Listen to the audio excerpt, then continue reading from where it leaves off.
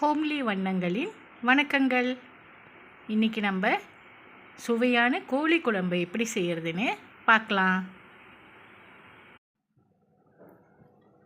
சட்டி காய்ஞ்சதும் முதல்ல இந்த 2 கருவேப்பட்டையை போட்டு கொஞ்ச நேரம் நல்லா கருக விடலாம்.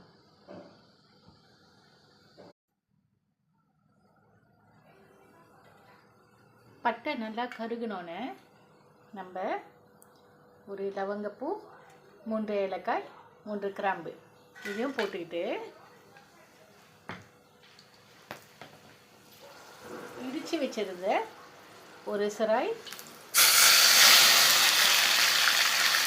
4 பற்கள் பூண்டு, ஒரு துண்டு இஞ்சி இதையும் போட்டு நல்லா எண்ணெயில் வதக்கிக்கலாம்.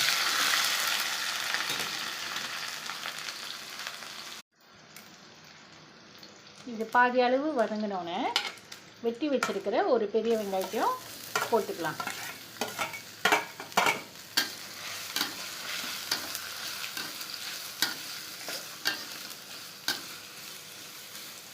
இது நல்லா கோல்டன் ப்ரௌன் கலர் வர வரைக்கும் நம்ம வதக்கணும். இப்போ நம்ம 1/2 டீஸ்பூன் அளவு சீரகத்தை போட்டுக்கலாம். பெருஞ்சீரகம்,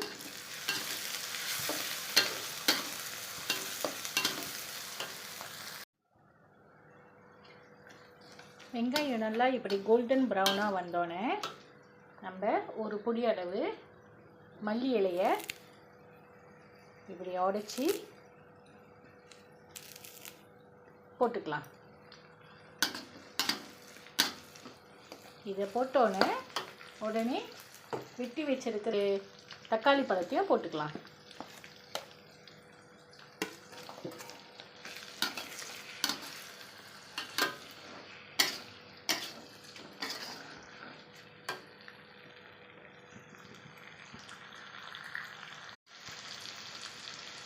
இப்போ நம்ம வெட்டி வச்சிருந்த 2 தக்காளி பழமும் போட்டாச்சு. நல்லா எண்ணெயில் இதை வதங்கணும். இப்படி தக்காளி பழம் கொஞ்சம் நல்லா சாஃப்டாக வெந்தோடனே நம்ம மசாலா தூளும் மிளகாத்தூளும் போட்டுக்கலாம்.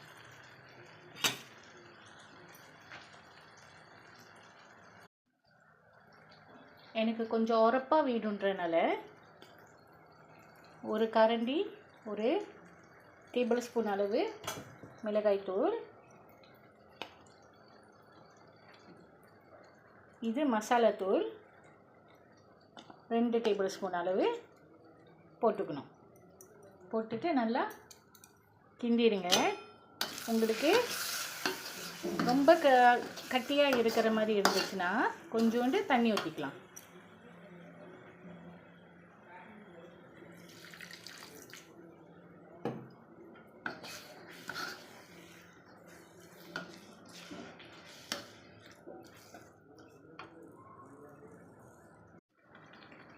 இப்போ பாருங்கள், இந்த மிளகா வெந்து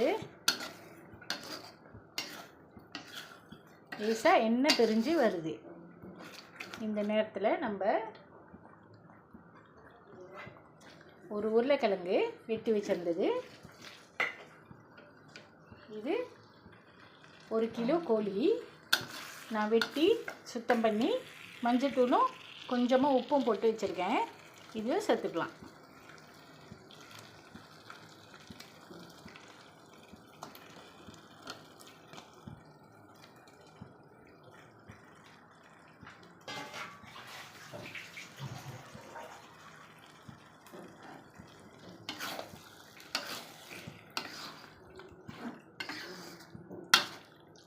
இப்போ ஸ்லோவான ஃபயரில் இதிலே லேசாக தண்ணி வரும், அது வரைக்கும் கிண்டிக்கிட்டே இருக்கணும்.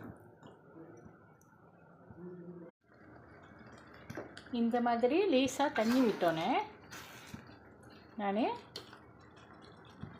1 கப் அளவு தண்ணி ஊற்றி தேவையான அளவு உப்பையும் போட்டு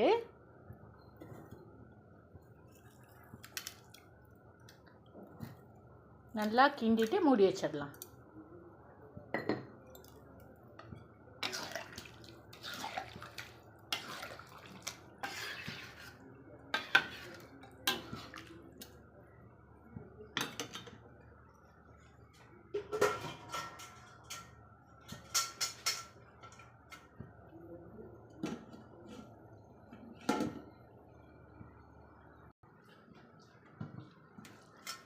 கோழி நல்லா வெந்துருச்சு.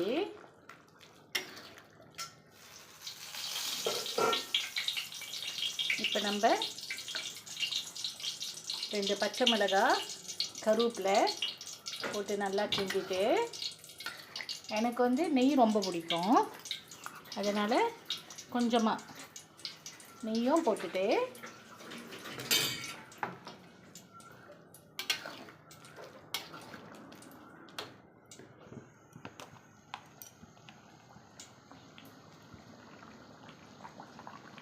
ஒரு 1/2 டீஸ்பூன் அளவுக்கு மிளகுத்தூள்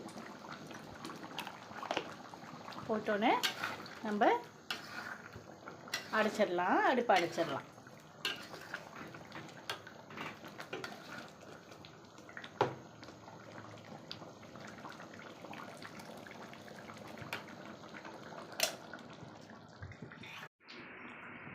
சுட சுட சுவையான கோழி குழம்பு ரெடி. இந்த கோழி குழம்பை நம்ம சோறு, தோசை, இட்லி, சப்பாத்தி இதுக்கு வேணாலும் தொட்டு சாப்பிட்லாம்.